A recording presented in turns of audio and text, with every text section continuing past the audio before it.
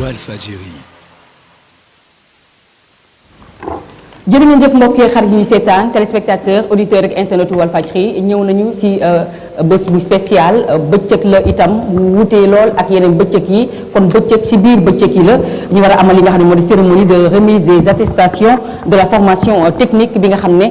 waa 3FPT ànd ak waa Solimo ak waa Walfadjri doon nañu ko amal jëm rek ci les métiers de l'audiovisuel kon plateau bi spécial bile Sista Thiaba mooy addu yëg ne bu baax yéen a ngi teewlu biir réew ak biti réew du ñu def lu door li nga xam ne moo di présentation bi laata ñuy sóobu ci waxtaan wi ñu ngi fi ak ki nga xam ne moo di Serigne Mbacke Fall man ma gën koy woowee tonton Fall bu borom Ndand Fall di DRH noonu laa koy waxee directeur des ressources humaines bu Walfadjri war a wax ci turu administration bu Walfadjri ñu ngi lay nuyu di la ziar di am mbégte ak bànneex bokk ak yow jotaay bu spécial bi la. jërëjëf Thiaba merci beaucoup maa ngi rafetlu vraiment bisu tey bi. liñ ci nar a def fii war koo wone war koo wax. soxla woon naa ko heureusement que may nga ma ko tey. maa ngi la ciy remercier bu baax a baax. ba ci kanam. jërëjëf ñu ngi fii itam ak ki nga xam ne moom moo di Oustaz Assane Diouf moom itam di directeur des programmes bu Walfadjri yore lépp loo xam ne dëgg yàlla programme kon ci kër gi la ñu koy nuyu di ko ziar moom itam bokk noonu ak ñun jotaay ba spécial bi lee asalaamaaleykum Oustaz. Thiaba maa ngi lay fay jaare ci yow di ñuy seetaane ci biir réew mi ak ci bitim réew waaye itam nuyu kilifa yi nga xam ne ñu ngi toog ak ñoom fii ci jotaay bi. xam naa di nga leen présenté par kenn. ak organisation yi nga xam ne ñoo dajaloo def seen effort à lëkkaloog direction bu Walfadjri pour mën a defal formation ñenn ci biir Walfadjri ñu leen di nuyu ñoom ñëpp di leen ziar. d'accord jërëjëf ñu ngi fi itam ak ki nga xam ne moom moo di suñu père Abdoul Aziz Bathily père Bathily. di formateur en photojournalisme un ancien du CESTI ñu nuyu ko ziar ko am mbégteeg bànneex lool daal di bokk ak moom jotaay bu spécial bi les pères bisimilah salaamaaleykum. ok salaam ba maa fi Thiaba di leen di nuyu. di nuyu mbooloo mi fi teewlu yëpp. di rafetlu bés bi. jërëjëf te mu nekk tey jii bés bu neex. ndaxte bu ñu fàtte ni ñoo ngi liggéey si xew-xewu bànneex. maanaam xew-xewu suñu gaynde yi dem def bitim réew. def fa jàlloore bu ñëw indi ñu ko bi nga xam ne moom lañ doon wut boobu léegi. donc mu ñëw tombeeg lii tey jii di bésu évaluation bi nga xam ne programme bi nga xam ne def nañ ko. xëy na bu si kanamee daan si dugg donc di gërëm ñu fi nekk ñëpp ak seen tur ak seen sant. d'accord jërëjëf Père Abdoul Aziz Bathily ñu ngi fi itam ak ki nga xam ne moom moo teewal waa 3FPT di fonds de partenariat de la formation professionnelle et technique di madame Niang Penda Ba chef de bureau financement des organisations professionnelles du 3FPT bisimilah madame Niang salaamaaleykum. salaamaaleykum Thiaba. maa ngi leen di remercier ci invitation bi. di nuyu aussi téléspectateurs yi. di fi teewal nag 3FPT mi nga xam ne moo financé formation bi pour groupe Walfadjri. xam naa dinañ ci ñëwaat ci kanam incha allah. d'accord jërëjëf Penda bisimilah ñu jox kàddu bi ki nga xam ne moom moo di Serigne Sall. teewal ñi nga xam ne ñoom ñooy waa Solimo na mi ngi ànd ak directeur général mu di monsieur Diallo ak Fally Seck bi nga xam ne mooy assistant de direction bi ñu fàttali Serigne moom Sall moom mooy directeur technique directeur exécutif mais itam li lépp luy wàllu administration itam foofee ci Solimo mooy ki ko géré Solimo itam ñu fàttali ñoom mooy soutien opérationnel jëm si mën nga may kii de soutien opérationnel à la lutte contre l'inefficience de la main d'œuvre voilà mooy Solimo ñoom ñooy gérer lépp loo xam ne dafa jëm si wàllu formation bi nga xam ne am na ci waa Walfadjri ak waa 3FPT Serigne Sall bisimilah salaamaaleykum. salaamaaleykum Thiaba salaamaaleykum auditeur ak téléspectateur Walf TV yëpp maa ngi nuyu aussi sama doyen ak sama kilifa yi nga xam ne. bokk naa ñoom plateau bi yëpp di leen jaajëfal maa fi teewal Solimo comme ni nga ko waxee le soutien opérationnel à la lutte contre l'inefficience de la main d'œuvre inefficience wala inefficacité de la main d'œuvre donc ñu xuus ba ci kanam gën ci xuus incha allah d'accord soutien opérationnel à la lutte contre l'inefficience de la main d'œuvre jërëjëf Serigne bisimilah jox kàddu bi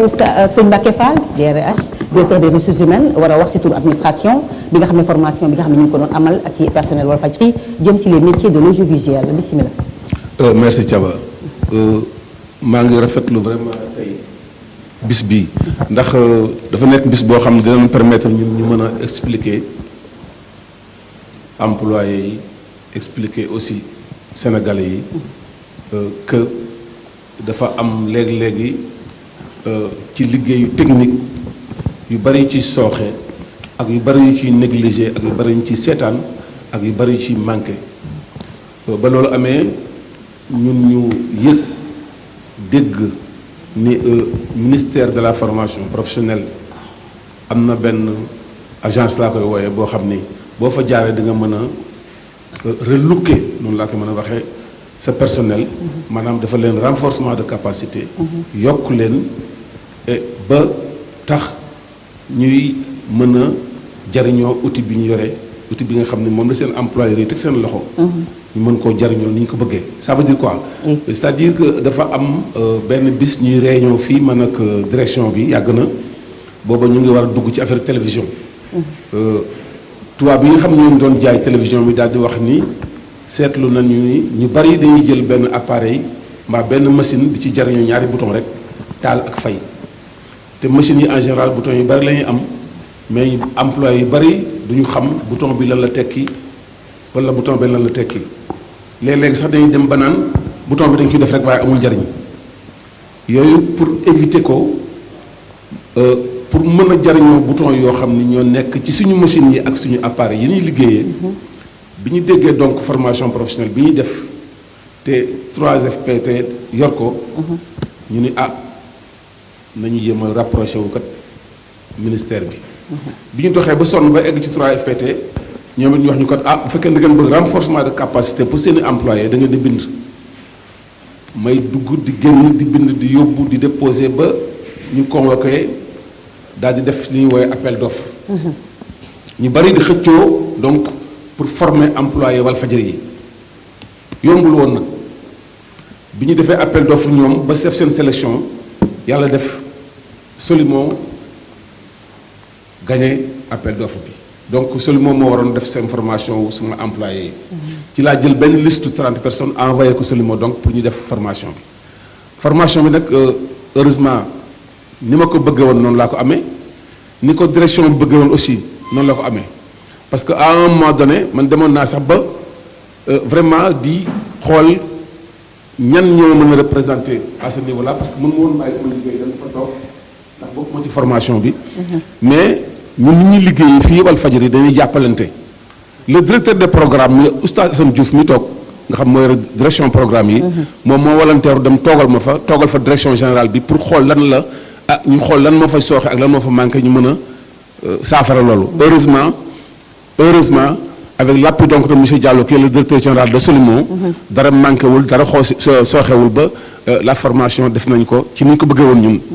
kontaan nañ ci kontaan boo xam ne aussi le directeur général du groupe Walfadjri muy Cheikh Niass apprécié na ni ñu doon doxee liggéey bi apprécié na aussi ni ñu doon suivre formation bi rafetlu na ko loolu it ba mu kontaan ci loolu ba remercier 3FPT donc loolu dafa nekk loo xam ni pour ñun réussite la ci ñun réussite la mooy lan fexe nañu ba suñu employé yi donc commencé nañu benn formation te du yem foofu ndax ñun du question technique bi donc lañ ci soxla nañu yeneen formation yoo xam ni il faut aussi ñu jàpp ci à partir d'aujourd'hui fas yéene ko def mooy li ñuy wooyee infographie ak informatique mais nag poussé niveau supérieur lañ soxla te vraiment bëggoon nañu aussi 3FPT jàppale ñu ci beneen bi mooy formation bi soxla woon nañ ko mooy lan mooy que am na ci wax naa ko léegi ay outils yoo xam ni outils yu bees la ci audiovisuel te yàlla def na formateurs yi fi nekkoon muy professeurs yi fi nekkoon yàlla def na ñoom xam nañ ko mën nañ ko laay nañu biir emploi yi nga xam ne ñoom laa leen joxoon pour ñu former ko ba former nañ leen man ni ma ko bëggee woon nga xam ne loolu la ma direction générale santoon ni mën nañ ko defee nii parce que man maay wax nii rek mais je parle au nom de la direction générale ñoom ñoo ma santoon liggéey bi ni naa ko def ma dox ko ba tey jii donc yàlla def tey jii ma indi attestation yi pour jox ko ñi nga xam ñoom la doon formé c'est un réconfort moral pour moi absolument indiscutable kontaan naa ci loolu tey aujourd'hui kontaan naa mën naa ñu tey bis bokk na ci bis yi nga xam ne daf moo gën a neex sama àddina parce que bu ñu la joxee benn liggéey nga di ko dox ba aujourd'hui liggéey ba antu baax ña doon formé wu nañu ña doon formé ñëw tey indi ay këyit bind ko signé ko dóor ci ay tampon ni man mi nga xam ne maay Solimo maa jox lii emploi yi nga xam def nañ formation mooy li ñuy woowee attestation danaa ko joxe léegi bu soobee yàlla donc maa ngi remercier bu baax a baax Thiaba yàlla jëkk remercier ak émission bi nga ñu invité donc di remercier bu baax a baax aussi 3FPT xam naa ñoom bi ñu jëlee parole dinañ expliquer lan mooy 3FPT dinañ ko wax parce que man mën naa ko wax mais nag comme ñoom ñu ngi fi. bu jógee ñu waxal ko seen bopp. man daal dinaa wax rek ni. la direction générale du groupe Walfadjri. ci turu Cheikh Niass nee na kontaan na lool ci li ngeen ko defal. mu ngi leen ci remercier bu amul parce que ni ngeen toogee nii yombul. jafe na trop pour ngeen toog nii ci émission. di ci war a wax. mais rafetlu li ngeen doon def mu kontaan ci loolu moo tax mu jox ñu émission bi pour ñu ñëw war la joxe diplôme yi fii devant tout le monde en tout cas maa ngi leen di sant di leen gërëm dinaa waxaat na ci kanam tuuti parce que xam nga c'est pas facile. mais dinaa waxaat léegi ci kanam. mais xam leen ni direction Walfadjri kontaan na ci yéen kontaan na ci aussi ñu doon def formation bi muy Solimo. kontaan na ci aussi formateurs yi. kontaan na aussi ñi accepté woon def formation bi muy suñu employé yi nga xam ne dañoo bàyyi woon seen liggéey. di daw di ñëw def formation bi. Caba mi ci la bokk. kon nag Caba loolu laa bëggoon a wax commencement bi. ba nga joxaat moom micro bi ma waxaat leneen. am na solo parce que bu ñuy waxee cérémonie de remise des attestations de la formation bi nga xam ne Solimo ak waa 3FPT ak waa Walfadjri ñu ngi ko doon amal jëm rek si les métiers de l'audiovisuel ñuy seetaan amaana duñu xam ana yëf yi naka la demee ak fan la jógee ak yooyu coono ga ngeen ci daj yéen waa Walfadjri ba li ni mel dal di antu kon loolu itam ñu gërëm la si jaajëfal la ñu fàttali itam si turu administration nga doon waxee sëñ Mbacke Fall ñu ma koy woowee tonton Fall borom Dande Fall directeur des ressources humaines bu Walfadjri Oustaz Assane Diouf ñu jox la kàddu gi yaay directeur des programmes Walfadjri dégg nga itam ni ko sëñ Mbacke Fall waxee nee na sax wax dëgg yàlla ñoom jot gi mayu leen ko waaye bokk nga si ñi nga xam ne yow yaa leen doon teewal waaye itam de suivre formation bi si nga bokkoon. waaw parce que loolu sax moo tax ca ba ma war fii taxawee ñaari tànk waaye balaa boobu. waaw maa ngi nuyu ñi nga xam ne ñu ngi seetaane ci biir réew mi ak ci bitim réew. waaye itam maa ngi sant waa ñi nga xam ne ñoo doon taxawee wàllu formation bi. di waa Solimo. waaye itam di sant di gërëm professeur yi nga xam ne. ñoom ñoo doon taxaw di ñu jox ay cours. parce que maa nga fa woon. comme ni ko sëñ Mbacke Fall waxee waaye suivre na. cours yi nga xam ne yëpp yi nga xam ne mu nga fa doon am yow itam suivre nga ko xam naa sa diplôme di nga ko jot. incha allah ñu sant professeur Bathily bi nga xam ne. teew na fi ak Serigne. bi nga xam ne ñoom bokkoon nañ ci ñuy fi teewal. 3FPT itam ñu ngi leen di sant bu baax a baax ndax. budul woon ñoom waa Solimo du ñu am occasion boobu budul woon waa Solimo itam ñun du ñu am occasion boobu ñoom ñu ngi leen di sant bu baax a baax di leen gërëm Caba dañu nekk ci jamono joo xam ne développement technologique bi dafa amee tànk kanam waaye amewul tànk ginnaaw maanaam diplôme bi nga amoon ay 90 ak yu mel noonu ci wàllu technique valabalatul ci 2022 ndax développement technologique bi ni muy avancé ni muy demee bu fekkente ne formation yi ak tàggat yi toppul rythme boobu. bu boobaa dafay dem ba yow nga am xam-xam boo xam ne dañu ko war a yóbbu ci poubelle. loolu mooy importance su li nga xam ne mooy renforcement bi ñu wax ak formation yi ñu wax. importance am mooy loolu mooy ne yëf yi dafay évoluer il faut nga évoluer ànd ak moom wala nga tardé mu bàyyi la fi ñu dem. xam nga ne appareils yi ñu doon utiliser ci télévision yi ak ci rajo yi. ci ñaar fukki at ci ginnaaw nekkul appareils yi ñuy utiliser actuellement ci télé ak ci rajo yi loolu nag dafa war a ànd ak nit ki ci boppam mu am tàggatu boo xam ne day tax mu mën a utiliser loolu moo tax formation bi am importance te ñi doon suivre formation bi yëpp gis nañ ci loolu. man mi itam mën naa ko seede ndax mën naa wax ci seen tur ne bëgg nañu ci li nga xam ne plus bi nga xam ne def nañu parce que yow xëy na daf la fekkoon nga nekk benn facette mu def la ñaari facette. fi mu ne nii mën nga utiliser caméra ci Caba boo daan dem Italie wala Màkk da ngay jaaxle. waaye fi mu ne boo demee di nga mën a def. yóbbu sa caméra nga nekk sa caméra woman. waaye itam nekk sa journaliste en même temps. loolu lu am solo la te boo ko évaluer itam lu am importance la. parce que ñi nga xam ne ñoo yore wàllu administration bi dina leen yombalal léeg-léeg. au lieu ngay envoyé 3 personnes ñuy dem defi ji benn liggéey ci bitim réew par exemple dina la doy rek nga envoyé kenn koo xam ne da nga def ñaar ci biiram muy ñett. macha allah kon loolu lu am importance la ci laay profité occasion bi nag en tant que koo xam ne bénéficié wu naa ci formation bi ma sant direction générale bu Walfadjri ci njiital ressources humaines bi nga xam ne moo doon topp formation bi mook Amadou Fati Faye ñu sant leen bu baax a baax ci seen taxawaay ni ñu doon wuutoo Cheikh ci liggéey boobu am na solo ndax da ngay gis ne ñoom dañ doon topp mbir mi fu mu toll rek faal mu ngi woote mu ngi photocopier mu ngi envoyé bu dara manqué rek. boo ko waxee ak liste de présence. exactement yëpp def moom moo ko defar yëpp daf koy defar bu jeexee bu ma ko waxee mu tiirewaat.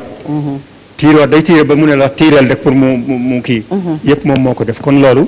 moo ñu faciliter ñu mën a def loolu waaye bu fekkonte ne loolu amul xëy na formation bi dina soxe ci benn côté. kon ci turu ñu doon bénéficier wu yëpp maa ngi remercier direction générale bu Walfadjri ginnaaw bi ma remercier bu baax a baax ñi nga xam ne ñoo leen may occasion boobu. waaye itam ma sant ñi nga xam ne topp nañu formation bi. xëy na am na ñoo xam ne itam temps bi permettre leen ko. ñu mën ko suivre 100%. am na ñoo xam ne itam mënuñ cee bokk ndax problème calendrier ci liggéey bi. waaye ñooñu itam. maa ngi am yaakaar di ñaanaat ne ñooñu nañ leen jox occasion pour beneen yoon ñu def formation bi ndax lu am importance la waaw lu am importance la ndax daf lay formaté ba nga nekk technicien boo xam ne nekkuloo ci passé waaye yaa ngi ci avenir te loolu lu am importance la kon yooyu rek ay kàddu la yoo xam ne yu sëñ Mbàkke yi sax doyoon na pour ñu mën koo doyloo waaye daal ñu ngi sant bu baax a baax di gërëm di ñaan itam li nekk début boo xam ne day ubbi bunt ba jëflante bi diggante groupe Walfadjri bi ak Solimo ak 3FPT mu nekk loo début boo xam ne war na dem ba mu nekk loo xam ne dafay nekk lu continuel ñu institutionnaliser ko ba njariñ li gën a mën a yaatu loolu yëpp itam yaakaar naa xalaat war na cee mën a jëm pour njariñ li gën a yaatu parce que lii dañu gis ne lu am importance la ci liggéey bi ndax dinañuy sakkanal ay mbir waaye itam dina tax ba professionnalisme bi gën a samp tànkam waaye itam ànd ak développement technologique boobu mu wax gën a feeñ ci ñi nga xam ne ay techniciens lañu fii ak sax ñi nga xam ne duñu ay techniciens parce que journalistes yi def nañ leen ay techniciens yi ñu def leen ay journalistes loolu lu am importance la kon ñu sant ñëpp gërëm ñëpp li duuf ci nag bi xejandoowul ci cin bi waaye dañuy sóor di sóoraate ba muy jeex incha allah d'accord am na solo macha allah bien de Oustaz Assane Diouf ñu fàttali mooy directeur des programmes bu Walfadjri bokkoon itam si ñi nga xam ne ñu ngi doon suivre li nga xam ne moo di formation bi waaye itam kon ñaari tànk la fi ñëwee comme ni mu ko waxee ndax ba wax na itam si kàddu ba tey Walfadjri fekk si sëñ Mbacke Fall ñuy gërëm itam toutes les personnes qui se sont rendues disponibles au cours de notre formation gërëm nañ leen jaajëfal leen xam naa les récipiendaires si kanam tuuti incha allah de bien vouloir nous rejoindre bu ko defee ñu daal di amal la photo de groupe itam muy souvenir Serigne Sall bu moo fi représenté ñi nga xam ne mooy waa Solimo mi ngi ànd nag monsieur Diallo ak Fally Seck ak personnel bi ak ñoom Sow waaye itam moom moo war a yor seen kàddu directeur technique directeur exécutif directeur administratif également Solimo soutien opérationnel à la lutte contre l'inefficience de la main-d'œuvre yéen dañuy fekk formation de courte durée si ngeen nekk waaye itam renforcement de capacité Oustaz wax na ko nee na bu nekkoon waa 3FPT amaana Solimo xëy na du liggéeyandoo ak Walfadjri bu nekkoon itam ñun ak waa Solimo xëy na Walfadjri duñu suivre li nga xam ne moo di formation bi nga wax ñu collaboration bi ak waa 3FPT naka la demee gannaaw ba nga dikkee tuuti seen liggéey. D'accord d'abord ñu ngi remercier waa 3FPT ndax depuis 2017 ñu ngi collaborer ak 3FPT pour pouvoir former les jeunes à l'insertion professionnelle ndax ñoom état bi da leen fi teg pour loolu te ñu ngi doxal seen liggéey bu baax a baax a baax donc le soutien opérationnel à la lutte contre l'inefficience de la main-d'œuvre mi ngi judd 2016 mais depuis 2017 ñu ngi en collaboration avec 3FPT bi nga xam ne moom moo ñuy jàppale ci formation yu bëri pour ñu mën a former jeunes yi accompagner leen en même temps accréditation bi nag ñu ngi officielle en 2020 pour 3 ans raison pour laquelle ñu mën a am doole ak capacité former ñi nga xam ne waa Walfadjri si lañ bokk comme ni ko Oustaz Assane waxee léegi ak ñeneen ak ñeneen Solimo nag li muy def mooy bon Solimo mi ngi spécialisé wu ci tout ce qui est formation courte durée mais qualifiante boo déggee ñu ne courte durée mais qualifiante mooy day fekk koo xam ne soxla na xam-xam ñu def ci moom xam-xam bu paree mën a liggéeyal boppam li ñuy wax auto emploi li ñuy wax peut-être entrepreneuriat pour ñenn ñi ba pare accompagner ko parce que duñ ko former ba pare bàyyi ko dañ koy accompagner il y a pas mal de jeunes comme man yi nga xam ne je suis un pur produit de de Solumo, ça il faut le dire. Donc maa ngi remercier aussi directeur général Solumo pour confiance bi nga xam ne am na ko ci man, parce que je suis un pur produit de Solumo, hein. J'ai été formé accompagné par Solumo. Ensuite ñu daal di may def confiance accompagné ba tey mu mën a toog fii ci plateau Walfadjri. Donc maa leen di remercier bu baax a baax pour loolu. Donc comme je disais, Solumo mi ngi spécialisé wu ci formation courte durée mais qualifiante. Boo déggee courte durée mais qualifiante mooy comme sànq rek li ma wax da lay former pare accompagner la. ba nga mën a demal sa bopp. Donc du coup ñu ngi remercier encore une fois de plus 3FPT bi nga xam ne vraiment depuis 2017 ñu ngi collaborer ak ñun et je pense que mën nañ ko gën a pérenniser pour mën a gën a former ñeneen ñi ci métier du numérique et de l'audiovisuel surtout. macha allah kon dafay fekk daal ñu am yenn compétences yi si yenn domaines yi bu ko defee yéen ngeen former leen renforcer capacité yi waaye itam accompagner leen nga ne à l'insertion professionnelle. Voilà Machallah. Donc seulement approche par compétence lay def. day fekk koo xam ne am na compétence d'abord. Comme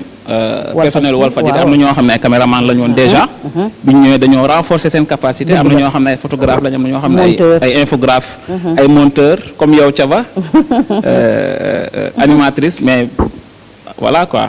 oustaz ainsi de suite. Donc approche par compétence bi mooy dañuy ñëw fekk ci yow benn. xam-xam yokk ko. ba pare accompagner la. Donc yaakaar naa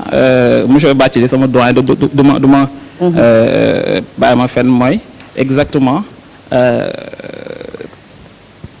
comment dirais-je. ak ci formateur yi la bokk. waaye si formateur yi la bokk parce que moom sama idole la sama doyen la moom moo formé lépp lu ma xam tey ci numérique ak photographie. surtout moom la donc ma koy ñaanal gudd fan ak wér donc pour ñu gën a mën ñu accompagner ñu jëm ci kanam. donc formation bi boo xool. comme oustaz ak ñi ko def ñëpp bi ñu génnee faire la formation am nañ beneen vision. de leur métier. muy caméraman bi di monteur bi di journaliste bi. vraiment loolu mooy suñu rôle donc 3FPT mi ngi siy jàppale bu baax a baax. d'accord macha allah xam naa ni ñu ko waxee ni le père Abdou Aziz Bathily tàggatee noonu itam la ko defee suñu bëree bëri ba suñu ay njiit yi nekk fii si kër gi. jaar na ak ñoom foo fekkoon ca sësti tabarkàlla si kanam tudd nañu ko jox kàddu gi gannaaw ba ñu ko joxee madame Nia Penda Ba ñu fàttali moom mooy chef de bureau financement des organisations professionnelles bu 3FPT madame Nia collaboration bi ak Solumo. merci Thiaba naka la demee waaw. donc ci turu madame la directrice générale du 3FPT Mame Abi Seye. dinaa leen expliquer un peu. collaboration entre 3FPT ak. Solumo mi nga xam ne c'est un opérateur de formation. Donc si vous le permettez may leen ma tuuti rek ma expliquer 3FPT lan lay signifier. Inch'Allah. Donc c'est un fonds de financement de la formation professionnelle et technique bi nga xam ne président de la République moo ko fi teg en 2014. rôle 3FPT nag mooy permettre au personnel des entreprises d'être renforcé. C'est le renforcement de capacité des personnels des entreprises et des organisations professionnelles. 3FPT mi ngi am 4 guichets guichet bu nekk nag am na lu ko tax a jóg am na ay mission am na ay cibles boo demee tey couche population bi yëpp ñun dañ koy laal que ce soit une entreprise dinañ ko financer que ce soit une organisation professionnelle dinañ ko financer que ce soit un GIE dinañ ko financer surtout nag ndaw yi.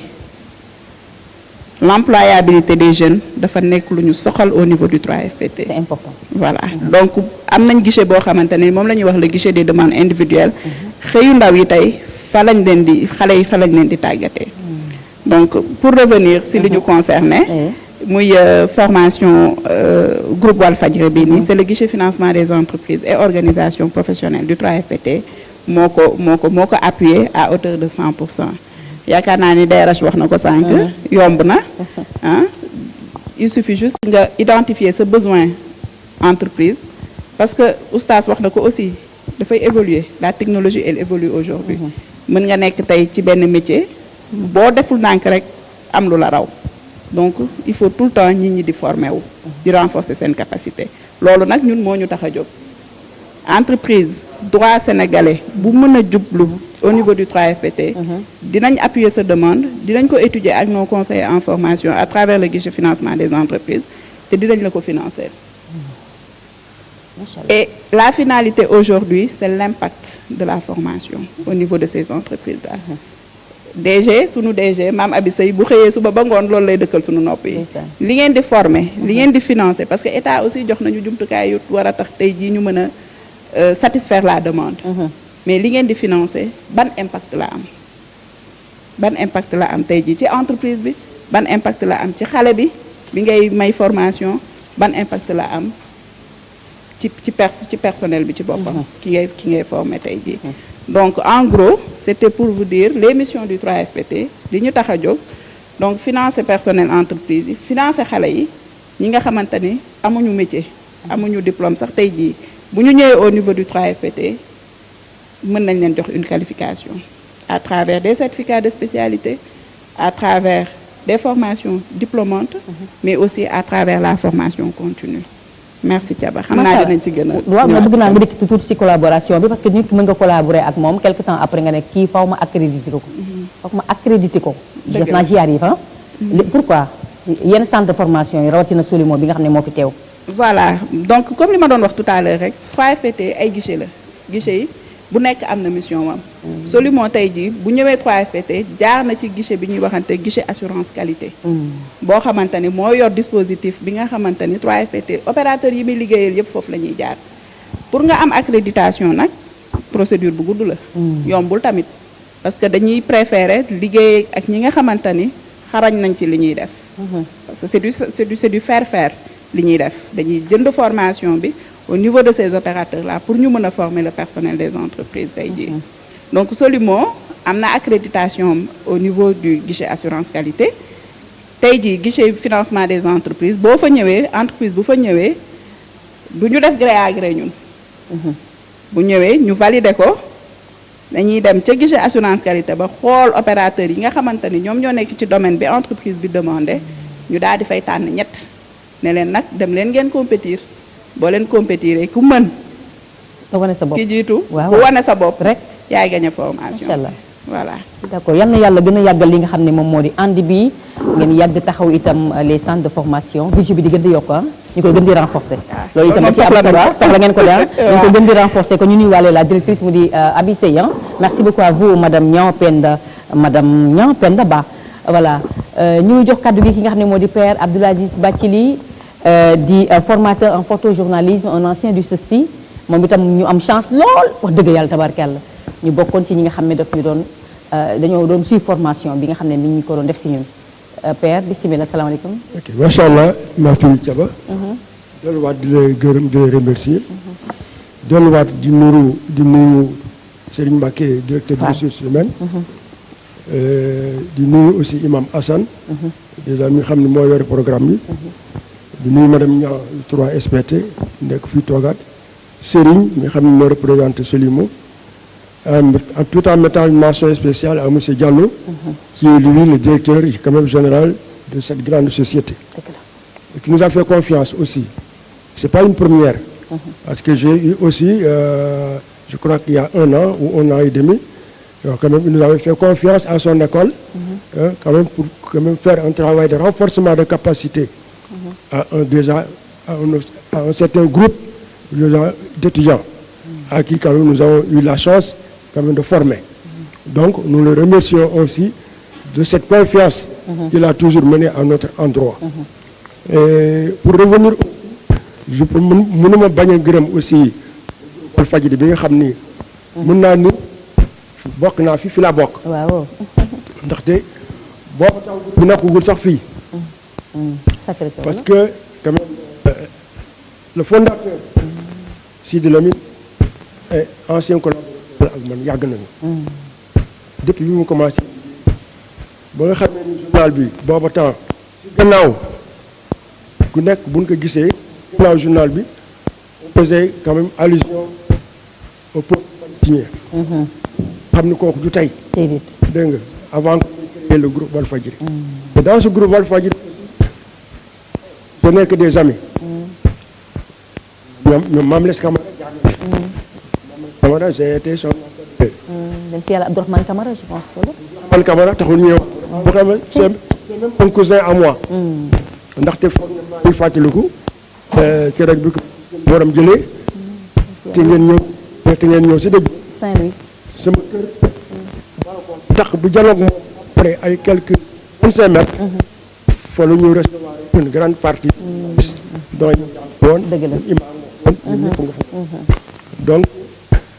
magam tudd na sama rakk donc ça veut dire que ni mbokk la ci kër gi Tidiane Kassé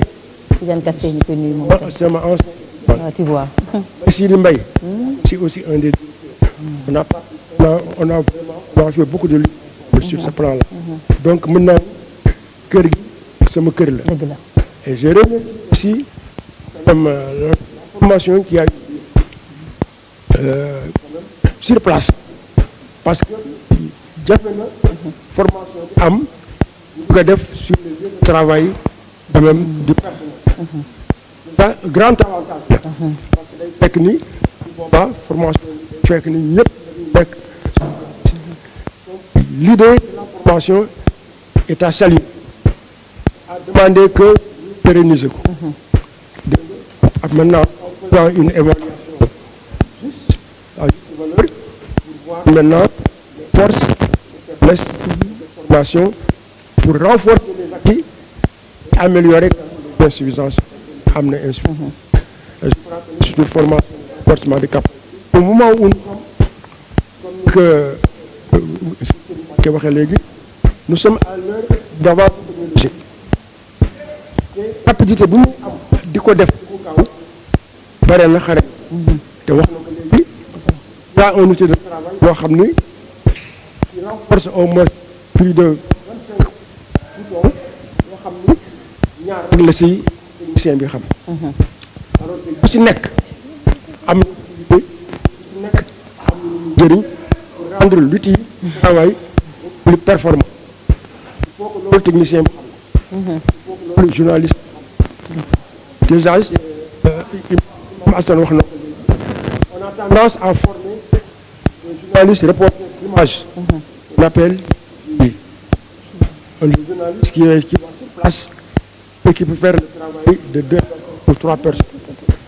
mais c'est loin d'être suffisant parce que dana am ay lenn liggéey yoo xam ni benn nit bi rek moo ko def même bu mënee xarañ mën ñett liggéey mais dana war fekk na nekk équipe boo xam ne dam ko si mel c'est sûr que nit rek mënu ko def pas faire ce travail là dëgg la il faut être un journaliste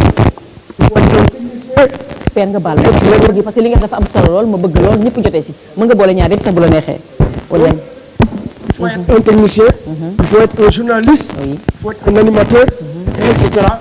plusieurs spécialistes ñoo fa war a nekk pour mën faire ce travail là boo xam ni ça va rendu de manière publique au niveau de la presse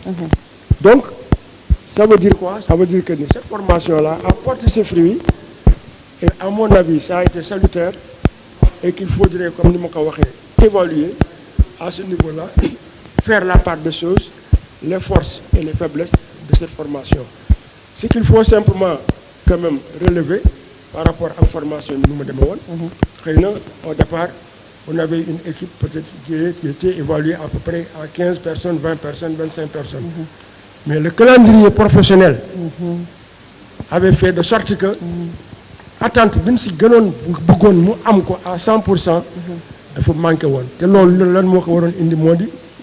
xëy na dañu waroon def la part des choses te dama naa ni demoon beneen yoon bu formation naree am bu benn yoonu noonu essayer peut-être scinder la part des choses en 2 parties ou en 3 parties parce que ñi nga xam ne ñoo bokk un peu de spécialité ñu boole leen ñi nga xam ne ñoo ko bokk aussi ñu jël leen mu nekk peut-être 3 niveaux de formation ou 4 niveaux selon spécialité yi pour éviter que ñu jël ñëpp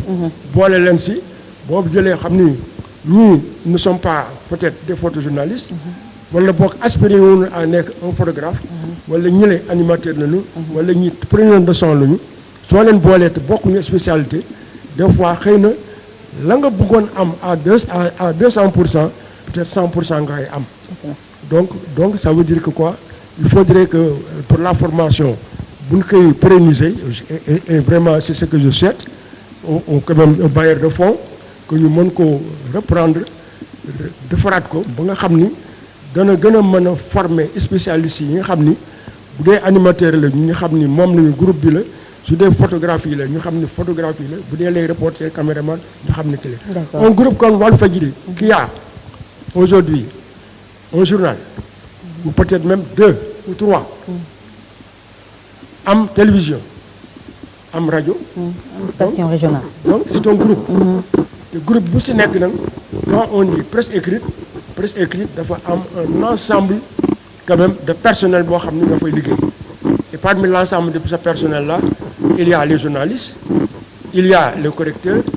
il y a les photographes qui sont reliés à la presse écrite. ñooñu tey c'est une équipe qui doit avoir au moins 3 ou 4 ou 5. Idem à la radio, idem à la télévision, de sorte que bu ñu dee def une formation par spécialité. Je crois que ne dana gën a am un poids, dana gën a am un rendement. Et là je crois que ni c'est une recommandation qu'il faudrait donner pour que les décideurs et l'équipe ñu xam ne ñoo koy def pour que ñu mën ko def pour que mu mën ko lii. te it aussi ñu libérer à temps ñi nga xam ni ñoom ñooy bénéficier de la formation. que aussi ñi nga xam ni parce que des fois on a vu que le travail professionnel a un peu privé sur le travail de renforcement de capacité à des moments donnés. day gis kii heure am day jot mu war a dem def à l'antenne bàyyi formation bi dem def à l'antenne. C'était pas facile. de sorte que loolu yëpp day am ay problème donc il faudrait libérer les gens à temps plein.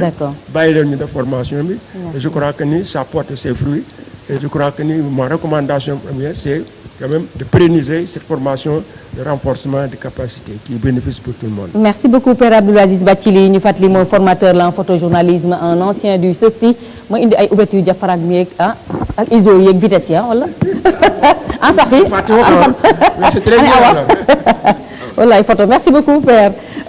xanaa à travers moom itam ñu nuyuwaale les autres professeurs ñi professeur Éric Nimadi ak professeur Moussa Seydi qui ont ménagé aucun effort bu ko si pour réformation bi dal di jaar si yoon kon di gërëm leen jaajëfal leen ñu dal di poursuivre fàttali mbokki téléspectateurs yi auditeurs yi ak internautes Walfadjri ñu ngi amal cérémonie de remise des attestations de la formation technique bi nga xam ne waa 3FPT waa Solimo ànd ak waa Walfadjri jëm si les métiers de l'audiovisuel.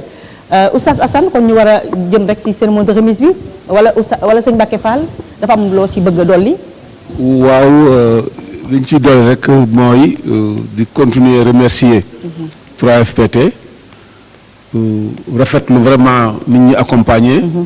ni mu accompagner Solimo di rafetlu aussi Solimo xarañ gi mu yore ba tax mu mën a gérer. suñu journalistes yi ak suñu techniciens yi parce que yombul il n'est pas facile de gérer ñoo xam dañuy yëngatu maanaam muy dem ak dikk yu mel noonu mooy li monsieur kii wax léegi Bathily wax léegi loolu aussi dañu ci remercier waa Solimo li ñu gën a kii rek xëy na peut-être que li ñu ci gën a kontaan mooy renforcement de capacité baat bu rëy la dafa am solo ñan ñoo ko def ñan ñoo ko defal waa Walfadjri c'est ça je peux les appeler des experts ay experts lañu parce que ki leen jiite c'est un docteur en lettres la docteur ès lettres la pardon ak communication kooku moo géré Solimo du nit la koo xam ni xam na li muy def bu ñu demee ba nekk professeur d'université yor formation boobu di ko defal ay employés xam nga la ngay def ku mel ni doyen Bathily ak ñi nga xam ni moo sax c'est pas la première tudd parce que Bathily mu fi nekk nga xam ni dégg ngeen ñi mu formé ñi jaar ci loxoom yàgg na CESTI donc ce beau monde là xam na luy audiovisuel donc bu fekkee ni 3FPT dafa tànn ñooñu ci appel d'offre bi parce que ñoom it li ñu produire ci document ci appel d'offre bi tout le monde sait que ñoom vraiment ñoo gënoon a vraiment ñoo raw nañ ñëpp daal ndax am nañ formation bi am nañu expérience bi ils ont les diplômes requis pour mën a former nit donc ñooñu bon il faut ñu remercier leen sant leen gërëm leen kontaan nañu ci seen formation ndax un formateur qui forme donc ce formateur là c'est un formateur parce que un docteur ès lettres ak communication bu ñëwee ci audiovisuel bi fii ci fu mel ne Walfadjri ñun xam nañ lan la mën ak lan la mënul bu ñu mënul dara lépp la mën pour ñun à 100% et bien ñu ngi ko sant di ko gërëm di ko remercier bu baax a baax en tout cas la direction donc du groupe Walfadjri mi ngi sant direction Solimo di sant aussi le ministère du ma ko fàtte mais surtout ki ñu war a gën a sant mooy kii tax 3FPT am en 2014 muy le président de la République li mu soxla bëgg ko mooy former nit ñi daf bëgg wax nga ko léegi madame Niane nee na bàyyiwuñ kenn ci formation bi ku bëgg formation rek mën ngaa ñëw même bu dee benn nit sax nga ñëw wax sa soxla ci 3FPT ñoom dina xam nañ koy lijjantee ba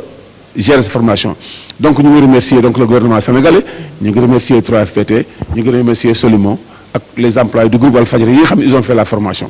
léegi nag dama bëggoon a jublu ci jox leen seen attestation la remise symbolique waaw di ñu symbolique comme ça seen attestation yi nga xam ni formation bi ngeen doon def fii ci Walfadjri man léegi nag dinaa mën a jóg jox leen seen attestation waaw léegi naa ba nga gërëmee waa Solimo ak waa 3FPT yaakaar naa ne sax am na ñoo xam ne xëy na am nañ chance amal formation waaye am ñeneen ñi itam xam naa au sorti de cette émission wala de cette très belle cérémonie daañu gën a bëgg ñoom itam ñu bokk si ñi nga xam ne itam dañu formé si yëf yi excuse-moi damay topp 3FPT parce que topp leen de bu ñu ma woon ñoom waa Solimo il faut ma ñu defal ma cette formation là parce que ils sont là ñu ngi taxaw nii dañu bëgg formation ñun ñëpp ñu ngi taxaw bëgg nag ni ñu gis waa Solimo def ko dañu bëggoon ñoom ñu def ko c'est des infographes ils sont là c'est des monteurs ils sont là c'est des journalistes waaw ils sont là dañu bëggoon la formation bi d'ailleurs j'ai la liste ici avec moi ñi nga xam ne ils se sont déjà inscrits donc ñoom il faut ñu defal leen formation bi madame Nia bal ngaa génn fii il faut nga tontu ma ci loolu ak suñu yaay Aliou Seye d'accord mais yéen tam ñu ngi leen ñu remercier si ni ngeen ñu faciliter la tâche parce que nga xam nga wàcc au lieu ngay demaat parce que boo wàccee la déjà temps la boo xam ne wax dëgg yàlla temps bi dafay gàtt day xat nga war a mën a jël oto wala jël taxi wala jël car rapide wala ngàmb sa ñaari tànk yi dem ba Solimo di fa amal formation bi yéen ngeen yombal ñu ko ne doo leen génn Walfadjri fii ngeen koy amal ci salle yi ngeen aménagé ay locaux ba ñun ñu amale formation yaakaar naa ne itam loolu itam foofu ñu remercier leen si remercier itam ñi nga xam ne ñoom itam parce que beaucoup de volonté la laaj liggéey la waaye itam beaucoup de volonté si ñi nga xam ne ñoom ñooy les récipiendaires parce que le fait que ñoom ñu wàcc ci coono gi des fois am na ñoo xam ne 22 heures la ñuy egg seen kër après parce que il habite loin ay Tëngéej ay feneen ak feneen yoon bi circulation bi dafa métteeg yooyu nag travaux yeeg yooyu des fois nga bañ a añ nga ne da ngay parce que li nga bëgg la da nga bëgg sa vie professionnelle wax dëgg yàlla nga am ay atouts yu important yoo xam ne daf lay jàppale si sa vie professionnelle kon loolu yéen itam ñu gërëm leen ci ñoom itam ñu dal di jublu kon ci remise symbolique bi tonton Fall waaw tout de suite incha allah donc damay xool remise symbolique ko def parce que le temps presse et puis kii baa ngi dem damay xool déjà ñi fi nekk léegi rek ma commencé ko ci parce que attestation yëpp a ngi nii oui am na bon mën nga parce que am na ñu fi nekk waaw mën ñi fi nekk bu la neexee si attestation yi ñu woo leen pourquoi pas ma commencé monsieur Assane Diouf waaw parce que lui monsieur Assane Diouf commencé boo gisee ma nekk à ma gauche parce que dafa accepté woon surveiller en même temps la formation. L'infatigable. parce que ñu ngi ci kaw moo tax bon mais amul jot man awma jot kenn amul jot effectivement Cheikh Niass amul jot amuñ jot mais lui mu jël mu engagé wu ko parce que comme c'est lui qui gère les programmes c'est le directeur des programmes il avait accepté dem sur formation ba mu jeex di xool affaire formé wu na parce que dafa am loo xam ni xëy na caba xam na ko xëy na ñu bari xamuñu ko bu njëkk dañ daan jël 3 personnes yóbbu leen Makka par exemple dañu yóbbu un journaliste yóbbu un monteur ak un caméraman mu ñetti nit aujourd'hui benn nit la ñuy yóbbu mu def lépp donc ñu ngi leen ci sant dañ ci gërëm loolu ma ko fàtte ma ko woon mais enfin donc oustaz loolu xam na ko tonton Fall xam nga ne léegi oustaz mën na dem moom rek Makka waaw def ce travail là mais tonton Fall dagg ma la de nga jéggal ma est-ce que xam nga ne loolu moo gën a mën yokku tax ma bëgg dugg ci formation bi ndax à l'époque en 2016 si Lamine dem si yàlla si yàlla na ko yàlla yéen te yéexiñu ba may dem Makkatal Mukarram dafa ne ma nañu ko defal formation bu gàtt si montage ak li nga xam ne moo di caméra moo tax ba ma gisee lii te ni mu ko bëggee te ñëpp xalaatoon nañu est-ce que dina ko mën ak du ko mën mu ne am kay dina ko mën te alhamdulilah ni mu ko bëggee visionnaire la woon yàlla jàppal nañ si ba ñu amal ko waaye itam moo tax ba ma gisee formation bii Walfadjri indi ñu ak waa 3FPT ak waa Solimo dama si sawar damay gën a renforcer mbir mi moom laa koy gërëmee kon tout d'abord waaw daf nga rafet parce que aussi oustaz bi ñu nekkal ñun fii ci kaw waaw oustaz sax waa Walfadjri xamuñu ko man maa ko xam waaw da nga parce yàgg que man maa yor ay kayitam li ñuy jàng ci CESTI ci journalisme moom da ko jàng ci arabe du ma ni benn maîtrise la yor de mais ay maîtrise la yor yàlla ko jox tubarkàlla war ma ko wax xëy na peut-être ci ay antenne waaye sori na ci lool ci liggéey bi xam na ko waaw jàngewul fii yëpp sax fa mu jàng sori na mais lépp lu journaliste di am fii au Sénégal en français moom am na ko en arabe waaw donc xam na franco arabe la def donc xam na li ñuy wax d'accord yàlla na yàlla yokk leeram xaw ma ay fanam. waaw yàlla na yàlla yokk waaw. waaw benn la rek may ko wér rek. waaw may ko wér waaw. waaw loolu la woon quoi bon oustaz donc ñu commencé. waaw remettre ko ma remettre ko moom comme ni ñuy def léegi nag dama koy. waaw bisimilah yaa koy remettre rek. waaw sëñ Mbacke Fall DRH bu Walfadjri waaw man DRH yi tax mënuma ko wax bu baax. dama lay nuyu d'abord ah. dama lay nuyu sax d'abord. waaw waaw. ah Ibrahima. Khalilullah léegi da nga koy génn waaw waaw. da nga koy wane léegi nag waaw. voilà la photo. Les caméramans sont prêts, je pense. Ouais. Ah, certificat de spécialisation. Merci beaucoup, Sana Oussas Assane Diouf. Merci. D'accord. Ana kan la ñuy woowaat ku ci toftalu. kan moo ci nekk kan moo fi nekk xoolal ma. ñëpp a ngi fi Safiatou Cissé mi ngi fi Fatmata Sey mi ngi fi. mais je donne ay Thiaba Dramé bon. ah man ak li ma baree kersa. tu es à ma gauche tu es à ma droite. ak li ma baree kersa. fu ma ñëw léegi. waaw mën naa taxaw di rek ay yow. Merci beaucoup. Tonton Fall. Merci beaucoup.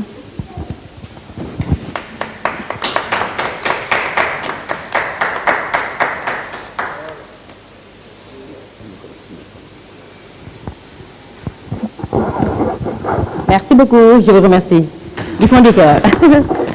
D'accord, ñu dal di jàll ci keneen waaw. lii li jamono la dafa rëy lii Ibrahima Lo oui.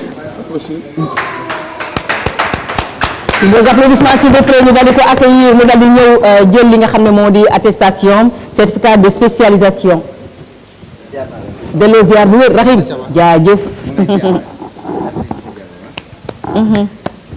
la photo.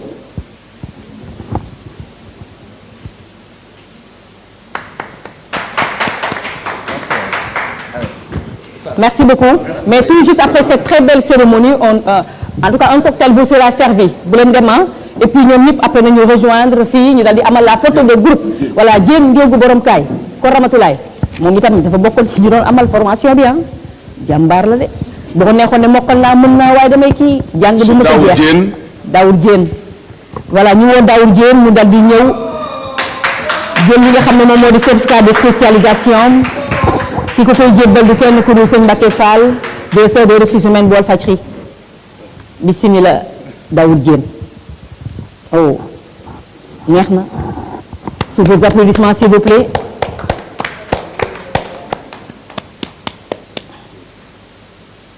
merci beaucoup Diène yal na la jikk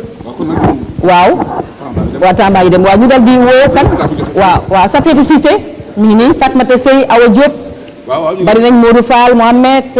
ñëm Sané waaw ñoo mën nañ ko waaw ayca nañ ñëw na ñu ngi nii waaw noonu waaw mais sax mën na ko jox Awa Diop oui elle est là non waaw Safiatou Cissé elle est là Safi ñi fi nekk nañ ñëw avancé Safiatou Cissé Fatmata Sey ñëw leen après ñu jox leen ko Modou Fall et qui d'autre Mohamed les deux Ablaye Sané et Faye Thiamas bokkoo si woon dégg nga waaw attestation yenn yi ñu ngi si kaw d'accord mais nañ ñëw taxaw ñu xam ne sëriñ ba voilà nañ ñëw Awa Diop on t'a appelé depuis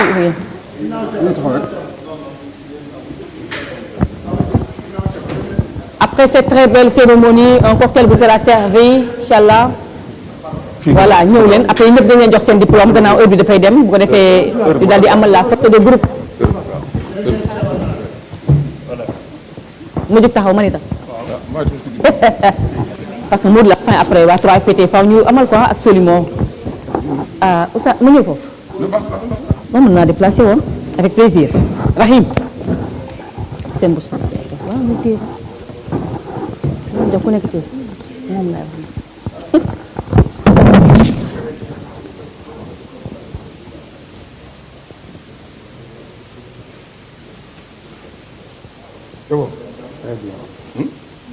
merci beaucoup c'est bon d'accord waaw cocktail bi annoncé naa ko cocktail bi ko fa ñu nekk les six seen anañu ak les mbuubeen ak mbayeen madame Niang waaw ñu jox la nga daal di tàggatoo ak ni nga xam ne noonu nga gisee lii di cérémonie bi ñu doon amal waaw bismillah après Serigne bu Solimo merci beaucoup nous vous remercions c'est moi qui vous remercie parce que 3FPT dafa nekk instrument boo xam ni. entreprise yi xam nañ ko am nañu xamul. donc c'est une occasion aussi pour nous aujourd'hui ñu may ñu xam ñuy liggéey. ñu xam ne état jox nañu bu tax ñu war a jàppale personnel des entreprises. jàppale des jeunes. surtout en termes de qualification. donc ñu ngi leen di inviter à ce que ngeen rapproché wu 3FPT ci déglu li ñuy def ak financement yi. d'accord merci beaucoup Serigne ñu bàyyi la nga tàggatoo itam bu Solimo. voilà comme ni ko gars yi waxee xam-xam moom du doy. du doy déedéet. métier la boo xam ne nit ñi dañu war a nekk en fait. tout ce que je sais c'est que je ne sais rien. voilà effectivement parce que caméraman bi ñu formé en 1960. bu dee ban. caméraman bi ñu formé en 1960. bokkul ak caméraman bi nga xam ne on l'a formé en 2021. micro. xaar ñu jox ko xaar ñu échange micro tonton Fall. parce que boo toogee ne man xam naa mokkal naa am na lu ma jot a jàng doy na li philosophe bi doon wax tout ce que je sais c'est que je ne sais rien du moment que ne xam nga dispensé nga sa bopp. voilà à la quête du savoir à la recherche de la connaissance. je disais xam-xam du doy parce que oui. caméraman bi ñu formé en 1960 bokkul ak bi ñu formé en 2021 bii nga xam ne caméra yeeg lumière yëpp day évolué donc xam-xam du doy. voilà D'accord. ñu ngi jaajëfal ñëpp maa ngi remercier le groupe Walfadjri parce que agents yi ñu formé fii c'est pas des agents bon nekkuñu n'importe qui quoi. Non. parce que fekk nañ xam-xam ci ñoom dañ ko renforcer rek. Dëgg la. comme nee nañ xam-xam du doy. yow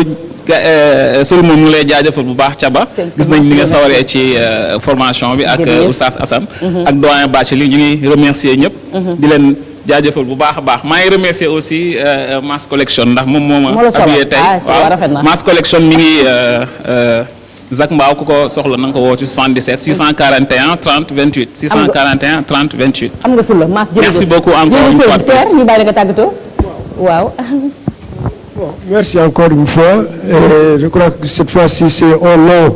du corps professoral, de manière générale quand même, comme Malem Fitawal. Je dis une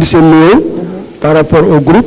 Walfadjri qui nous a accueillis, et particulièrement Imam Hassan, qui a été à mes côtés pendant tout le temps de la formation,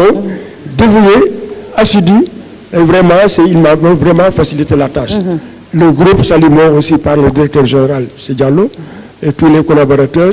Madame Nian et tout ça, vraiment, nous allons les remercier. Et tous les participants aussi et participantes au niveau de la formation. Parce que nous avons vraiment, et nous avons vraiment amené nous jot bi yépp ñoo ngi doon ñëw di suivre et gisoon naa ni attention particulière bi nga xam ni moom la ñu doon def ci formation bi et particulièrement Thiaba te xam naa ne à partir d'aujourd'hui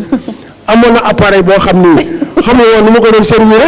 mais defe naa ni après la formation maintenant elle saura comment utiliser cet appareil à bon escient. dëgg la Voilà et je crois que nous sera partie remise. jërëjëf Père Abdoulaye Bathily à travers moom nuyu professeur Nimadi Eric ak Moussa Seydi tonton Fall ñu bàyyi la nga daal di tàggatoo. jërë ngeen jëf sant naa leen gërëm naa leen merci beaucoup ci turu donc direction Walfadjri maa ngi remercier 3FPT maa ngi remercier aussi la direction Solimo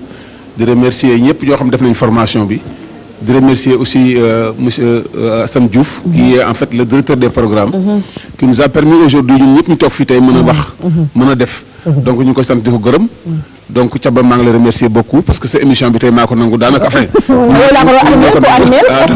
voilà ñu waaw maa ngi remercier aussi monsieur Diallo qui est le directeur donc de Solimo ñu ngi koy sant di ko gërëm di sant donc ñëpp ñoo xam ne ngi fi teew tey et di leen ñaan nag je voulais le dire en latin mais je veux bien le dire en latin soyez heureux de vous en servir seen diplôme boobu la waaw bon bu fekkee ne xam naa monsieur Diallo laay waxal dama ko en certain avec bonheur. Inch'Allah. Là bon j'ai parlé un peu quand même de monsieur Diallo bi nga xam ne moom daf ñu yombal lépp vraiment il est très cool dévoué aussi il est tout le temps ici il a suivi la formation il venait presque chaque 2 jours il était là auprès des étudiants des formateurs di xool ba xam avec ba nga évoluer am déet il me rendait compte souvent aussi moi je rendais compte aussi à ma direction donc ñu ngi leen di sant di leen gërëm et Thiaba jërëjëf jërëjëf ñu ñoo lay gërëm di la jaajëfal nga jëbbal micro bi Oustaz Assane tàggatoo si lu gàtt waa yaakaar naa lépp ferenkalaayu na ñu sant ñëpp gërëm ñëpp te ñu jàpp ne rek li début la waaye yu bari mu ngi ñëw ci kanam incha allah ñu santaat direction générale bu Walfadjri bi ak collaboration bi nga xam ne def nañu ko ak ñi nga xam ne ñoo doon def formation bi ba yëf yi yomb yi ñu ci am yëpp ci ñoom la waaye am na noo xam ne naroon na jafe ñu sant itam suñu mbokki techniciens yi nga xam ne ñoom ñoo tax ba ñu organiser lii ci organisation bi. Jacques Préra si la bokk Jacques Préra. waaw Dieyna Khadim Mbaye et autres Khadija ñoom liste bu gudd boobu ñoom ñëpp ñu sant leen baax a baax gërëm leen waaye itam sant ñi ñu doon seetaane ci biir réew mi ak ci bitim réew ñu gërëm ñëpp ñi nga xam ne itam bokkoon nañ ci formation bi ñi nga xam ne itam jotuñ ci woon am chance boobu am nañu yaakaar ni incha allah bu ñu jegee ci Serigne Mbacké Fall rek dina leen wutal solution ci loolu incha allah ñu leen sant ndax xam naa ne Thiamas bëgg na ak Pape Ousmane boobu am na yëfu tukulóor yi ñoo ci waaw cocktail bi am na ay lekk ki naan tabarkàlla waaw oui bah oui je suis très ému et très honoré très fier nag waaw si diplôme bi waaye très fier également de cette formation ñu la ñu remercier du fond du cœur merci infiniment 3FPT Solimo et Walfadjri merci cocktail bi ay ca